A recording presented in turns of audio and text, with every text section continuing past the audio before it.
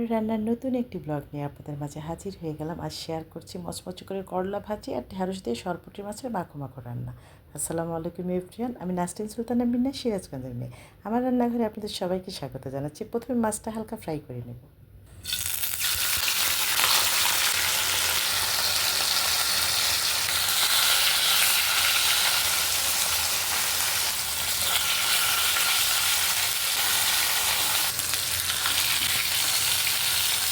হলুদ লবণ লাল মরিচের গুঁড়ো দিয়ে মেখে রেখেছিলাম, তারপরে মাছটা ফ্রাই করে নিলাম। এখন তেলের মধ্যে একটু জিরা আর রাঁধুনি শাঁস ফোড়ন দিয়ে দিলাম। এটা একটু ভেজে নিয়ে কিন্তু এর মধ্যে ঢেঁড়সগুলো দিয়ে দিব। ঢেঁড়সগুলো একটু ভেজে নিতে হবে, একটু ভেজে নিলে স্বাদটা কিন্তু অনেক বেশি ভালো হয়। হলুদ গুঁড়ো দিয়ে দিলাম কিন্তু কাঁচামরিচ ভেজে নিচ্ছি। লাল মরিচ বাটা দিয়ে দিচ্ছি। এভাবে করে একটু জিরা বাটা, একটু রসুন বাটা, আদা বাটা সব কিছু দিয়ে কিন্তু আমি ঢেঁড়সের সঙ্গে ভেজে নেব। এভাবে করে স্বাদ মতো লবণ দেবেন, ঝাল লবণ যার যেমন পছন্দ ওইভাবে করে দিতে হবে। আমি কিন্তু ভেজে নিচ্ছি। এক পর্যায়ে কিন্তু গরম পানি অ্যাড করে দিতে হবে। অন্য একটা ফ্রাই প্যানে কিন্তু আমি তেল দিয়ে দিলাম, একটু জিরা ফোড়ন দিয়েই কিন্তু আমি করলা দিয়ে দেবো। এর মধ্যে একটু আলু দিয়েছি আর পেঁয়াজ দিয়েছি একটু বেশি করে। যার একটু লবণ দিতে হবে যেহেতু আলু দিয়েছি, আর একটু কাঁচামরিচও দিয়ে দেবো। আলু দিয়েছি এই জন্য উল্টে পাল্টে ভেজে নিচ্ছি। এই পুরো গরম জুড়ে কিন্তু আমার বাসায় করলাটা থাকতেই হবে। করলা ভাজি, কখনো ভর্তা, কখনো মাছ দিয়ে চচ্চড়ি, মায়ের ভীষণ পছন্দ। ঢেঁড়সটা যখন বলক চলে এসেছে তখন মাছটা দিয়ে উল্টে পাল্টে কিন্তু সুন্দরভাবে মিশিয়ে দিলাম। হাই হিটে রান্না করে নিচ্ছি। এই রান্নাটা খুবই দ্রুত হয়ে যায়, একেবারে সহজ। তীব্র গরমে কিন্তু এগুলো খাবারই বেশি ভালো লাগে। আমি এভাবে করে করলাটা ভাজি করে নিচ্ছি। করলা ভাজিটাও খুব তাড়াতাড়ি হয়ে যায়।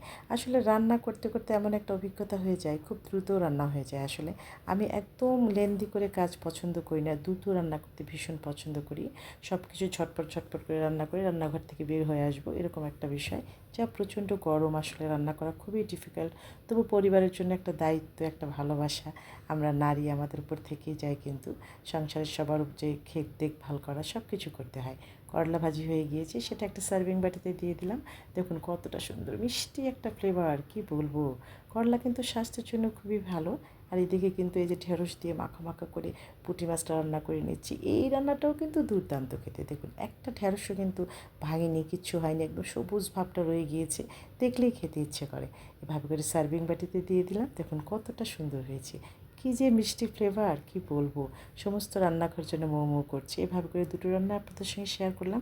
সবসময় সহজ রান্না নিয়ে আপনাদের সঙ্গে হাজির হই, কারণ সহজ রান্না আমি পছন্দ করি, নিজেও সহজভাবে রান্না করি। এভাবে করে সব কিছু করে নিয়েছি। এখন খাবার পালা। আমার খাবারটা আমি সাজিয়ে নিচ্ছি। দেখুন কতটা সুন্দর হতে রান্না করেছি। আমার এরকম সহজ সুন্দর খাবার যদি ভালো লাগে পেজ ফলো করতে পারেন। আজ বিদায় নিচ্ছি। সবাই সুস্থ থাকবেন, ভালো থাকবেন, আমার পরিবারের জন্য দোয়া করবেন। সামনে সহজ সুন্দর নতুন রেসিপি নিয়ে আবারও হাজির হয়ে যাব। সে পর্যন্ত লাইক কমেন্ট শেয়ার করে পাশেই থাকবেন। আপনাদের ভালোবাসা আছে বলেই কাজ করে যাচ্ছি। সবাই ভালো থাকবেন। আল্লাহ হাফিজ।